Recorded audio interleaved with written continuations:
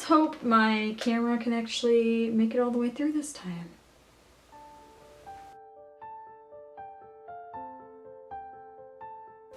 What's going on, you guys? It's Fiona.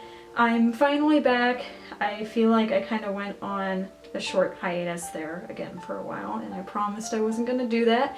And I did it again, so there ain't gonna be no more promises on this channel because I can't handle that kind of pressure. I'm sorry.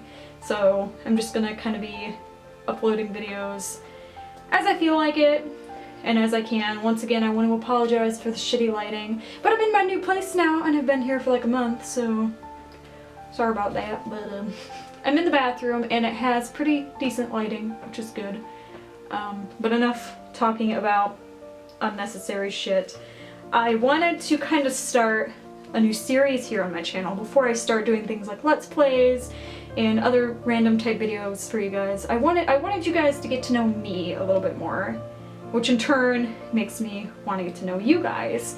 And I just want you guys to know that I struggle with depression and anxiety and acid reflux and all sorts of shit. Like, I have all sorts of problems. I'm not even gonna lie to you guys. I'm not gonna try to pretend that I'm perfect and sit here and be like, nothing's wrong with me. Like, I'm just like the bomb shiggity. Bomb shiggity?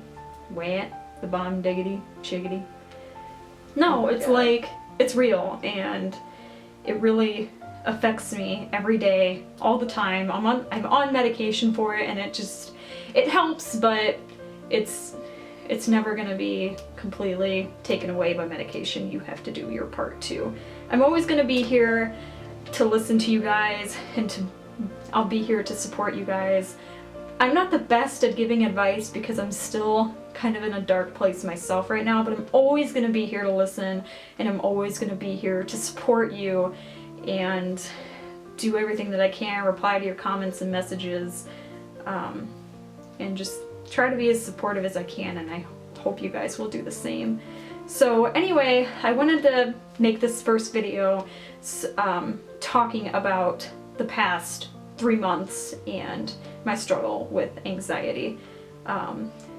In the future, I'll do my journey with anxiety and my journey with depression, but right now I just want to focus on what's been going on the last 3 months of my life because it's been really, really intense. So just as a quick, brief background about me, I have GAD, I have GERD, I have SAD, social anxiety disorder, I have panic disorder, I have psychosis, I have asthma, and I have MDD, which is major depressive disorder. I'm not being treated for all of these things at the moment. I don't know why. I guess I don't really want to be on a shit ton of medication. So I try to handle things like my psychosis and my depression on my own. But as far as anxiety, GERD, and asthma, I have to be on medication for those things. There's no way around it. So now that I've updated you guys a little bit about me and my problems, I have a list here of things, probably didn't see that at all, of things I want to talk about, things that have happened to me in the last 3 months. So, it started in late December, I think December 22nd. I grew very ill at work. I got a sore throat. I went to the doctor the next day and she told me, oh, it's just a viral infection.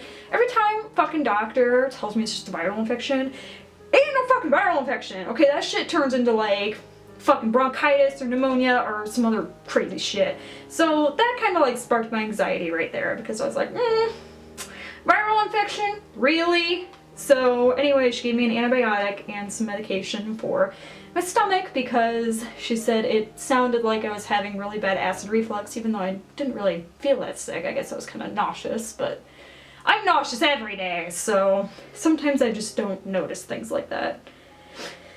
Anyway, a couple days passed by, and I'm starting to feel a little bit better until I try to lay down so I can get some sleep before work, and all of a sudden my ear starts to ache, and it starts to ache more and more and more until I couldn't take it. I was basically screaming and crying. I had a fever.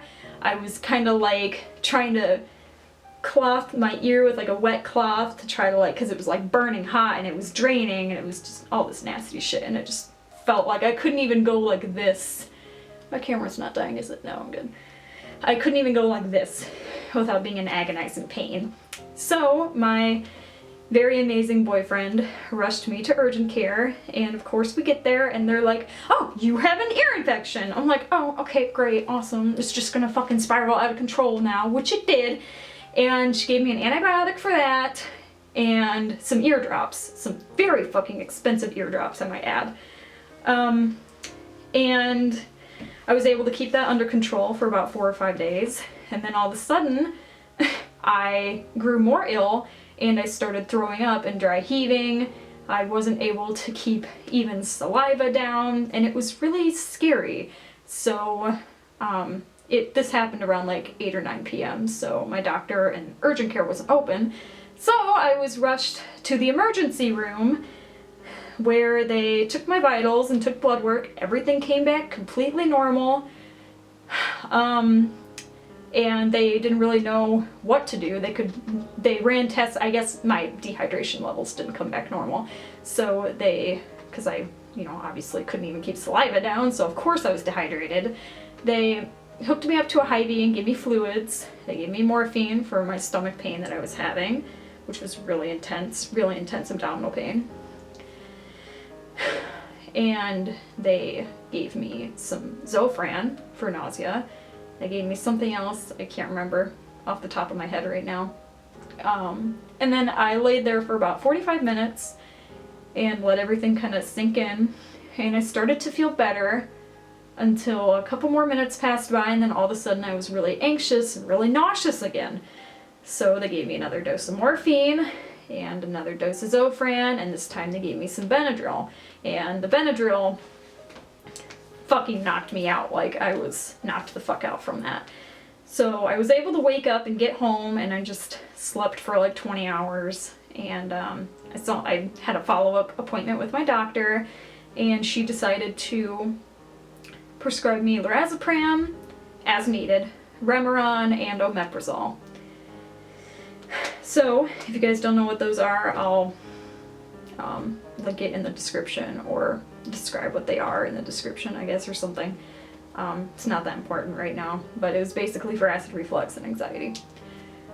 So I started taking those things, and she wanted to get more blood work done.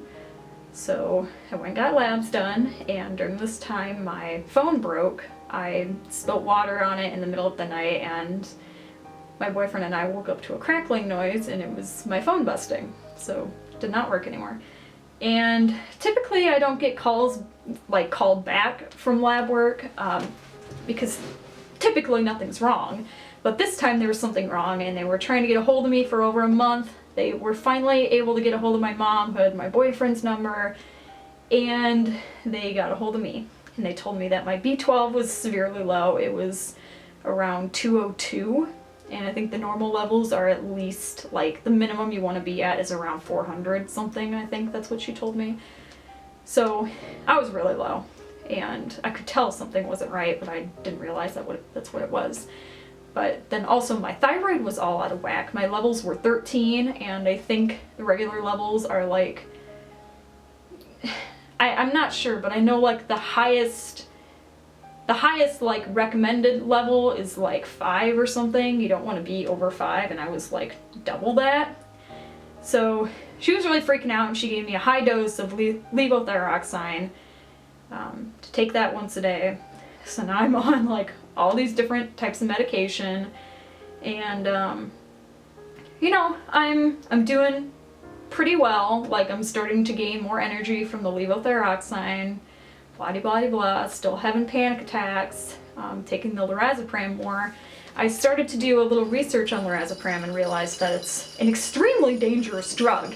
Extremely dangerous, highly addictive. So I kind of tried to wean myself off of it, which was a bad idea because I had 2 incidents that were really bad.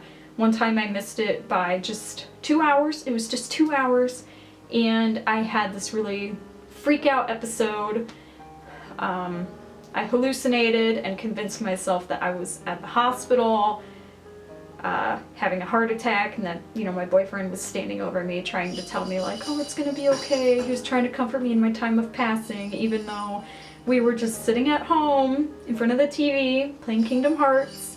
I just had my eyes closed, so I kind of went on like this trip. What are you doing? They're playing with the goddamn balls. There's so many freaking cat toys out there. I got like 40 cat toys, and they just like are always going crazy. So I'm sorry if you can hear that. I don't even realize how long that was going on for, but they stopped now that I screamed at them. I'm sorry. I love you. Hey! Anyway, god damn it. I lost my train of thought. Yeah, so yeah, I had that freak out episode, which was just really crazy, and I ended up taking my lorazepam, and all of a sudden I was back to normal, like how I typically feel. And I was like, man, do you want to go to the fucking Super Skate? Or like the PlayStation? Or like, you want to go get some pizza? Like, it was like, I was like, I don't really know much about bipolar, but I felt like bipolar or something. Like I was in this crazy trance, like depressive state. And then 10 minutes later, I was like manic. I like had all this energy, and I like felt happy again. It was really weird. And then another time, I'm not entirely sure if this is not from taking lorazepam or not, but I didn't take it for like 6 hours, and I woke up extremely nauseous. I ran into the other room, grabbed my Zofran, my lorazepam, took that shit. It was too late. 10 minutes later, I'm throwing up all this green bile, having diarrhea, TMI, I'm sorry, but I feel like it's important to share. And, you know, I was getting dehydrated again, and I was like freaked out that like something was really terribly wrong with me. That I just keep falling back into like this sickness. So, you know, I went to see my doctor again, and I told her, you know, since then I've been taking my lorazepam every day, and she's like, you know, well, I'm not gonna put up with that because you're better than that. You don't need to do that. But it's like, yeah, you know, I really kind of feel like I have to, because if I don't, I have to call in from work, and I'm gonna eventually lose my job if I keep doing that. So it's been a real struggle, and she referred me to a psychiatrist as far as the lorazepam goes, so that hopefully I can be prescribed that, or I can be prescribed something else, and hopefully they'll help me wean off the lorazepam, because she just wanted me to stop taking it cold turkey, which I was not gonna fucking do, because I tried to do that twice, and look what happened. And she just told me that it was anxiety, that it wasn't withdrawal, because I'm on such a small dose. But I'm over it. I'm ready to see a psychiatrist. I'm ready to get shit fixed, I guess. On top of, you know, my anxiety coming back, all these different like sickness and health problems, and my thyroid acting up, and my B12 levels being low. It has been a year since my father passed away, so I really started to get some depression from that. And then throughout all of this, my grandfather also passed away on, I believe it was March 9th that he passed away, and that was also the day that I withdrew from my lorazepam and I was throwing up and having diarrhea. So I was able to go to the wake, which is very sad, very depressing. I felt very bad that I didn't get to spend more time with him, but I was also very ill on top of it all, so I just wasn't in my right mind. I wasn't myself, and it was a real struggle to go. But it's scary, you guys. Anxiety and medication is so fucking scary, and it's so real. I hate that people treat anxiety like it's just some, like my doctor told me, for example, to get out of bed and take a walk and like be more active and have a positive attitude and eat a healthy diet. It's like, yeah, those things are probably gonna make somewhat of a difference, but people just treat it like, stop laying in bed all day and being depressed and anxious. It's like, some people literally can't fucking help it. Okay, I feel like shit if I'm not in bed. I feel like shit if I'm not doing certain like obsessive things that I do to make my anxiety levels go down. And those do not include running, walking, eating healthy. So it's It's really hard, you guys, and don't ever fucking let anybody tell you that anxiety is just something to get over. It's just a phase and you'll grow out of it, because that's not fucking true. It's so real, and it fucks with you physically and also mentally, and it can be life debilitating sometimes. People lose their jobs over it because managers don't take anxiety as a serious thing. You know, it's not like it's cancer or diabetes or something more physical that people like can't necessarily see. Well, I guess sometimes you can see the effects of cancer and diabetes, but like people have so much more sympathy for somebody that has cancer over somebody that has anxiety. Granted, cancer is life-threatening and anxiety usually isn't, although it can be if it's not treated. People just look at anxiety like it's some teenage phase that you just gotta grow up and get over, and it's not. It's not. It's something I've had my entire life. Even though I was just diagnosed 10 years ago, I've had it my entire life, and I can guarantee you that. I can tell. I can tell, because you can just, I feel like you can hear it in the way I talk, that I sound really anxious and really, I'm getting like red in the face and I'm shaky, and it just, it's hard, man. It's really hard, and you just, I don't really have any advice right now because I'm kind of in a dark place myself too, but just get on the right medication. It does help to eat healthy. I have been eating healthier the past week. It does help. It does lower your anxiety. But also sometimes you just need to give in to your urges. You want to lay in bed all day? Lay in fucking bed all day. Okay? You've got problems. You need to take care of them. And if it makes you feel better to lay in bed all day temporarily, then do that. I mean, don't waste away your entire life laying in bed, but like temporary fixes, laying in bed or smoking pot or taking a benzo, if you need to do these things, do them. Don't just not do them because you're gonna feel guilty, you know. But sometimes anxiety just grabs hold of you and it's impossible to get out of on your own. You need medication, you need a therapist, a psychiatrist, you need a friendly support like a parent or a spouse or a friend. You need somebody that's gonna be there for you and they're gonna take care of you through this time of need, because it's something that is really real, okay? And I hope you guys enjoyed this video. I hope I wasn't too much of a Debbie Downer. I just kind of wanted to share my experience these last few months and update you guys a little bit. And I'm gonna feel much more comfortable making videos now that I have this out there, because it just allows you guys to get to know me a little bit better, and I think that's very important. So I'm gonna go, you guys. If you have any questions, comments, concerns, or you wanna tell me about your struggle through whatever it may be, it could be something I didn't even list. Feel free to share it in the comments. If you're not comfortable commenting about it, you can always message me. I'm always gonna be there to listen and to support you. And I love you guys so much, and it's really a privilege to be here on YouTube and to have like such nice recording equipment and to actually have the courage to sit down in front of a camera and talk to you guys, because it's kind of hard, honestly. It's kind of hard.